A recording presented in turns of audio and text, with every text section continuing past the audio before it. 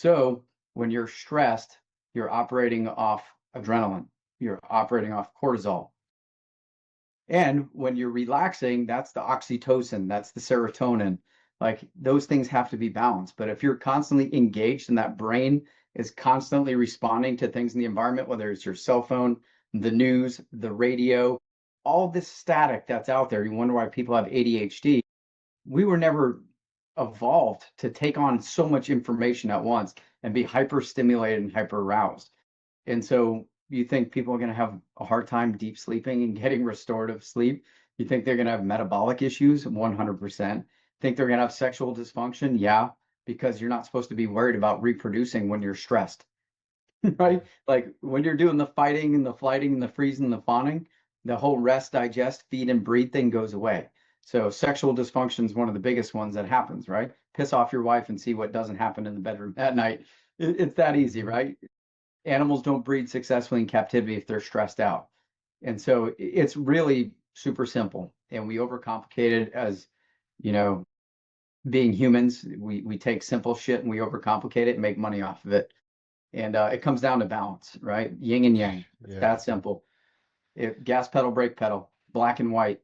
And if no one ever taught you how to operate this piece of equipment right here, you think it's going to get damaged and be in dysfunction, just like your weapon or your radio or your car.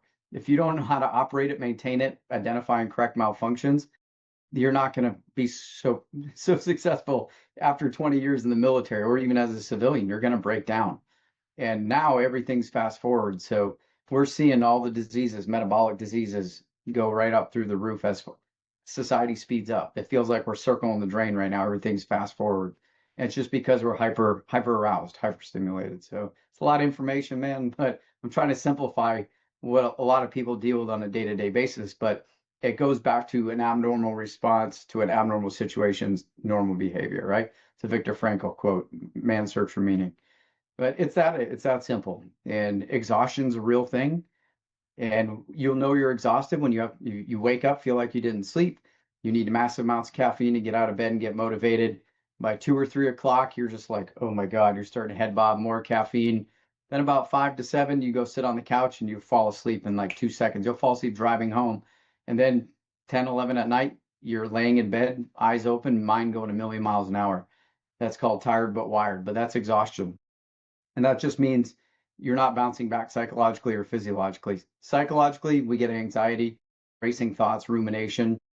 Physiologically, we get metabolic syndrome. We get cholesterol issues, blood pressure issues, heart disease covers both of those, but insulin resistance, GI issues, all those things are stress related. And it's that simple. And over 90% of doctors' visits are stress related. And if we know this, right, like that's lifestyle and environment, two things.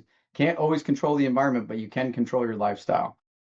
And we don't teach people either one of those things. In conventional medicine, it's disease care. It's not health care. We name a disease, then we match a drug to it, and then we send you on your way. And the insurance company dictates the outcome of your life. That's horrible, man.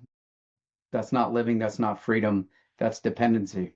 And that's something people need to learn how to do is take ownership of their health and action, make better decisions, understand that everything they put in their bodies fighting disease or fueling it. It's creating resilience or destroying resilience. It's that simple. It's black and white.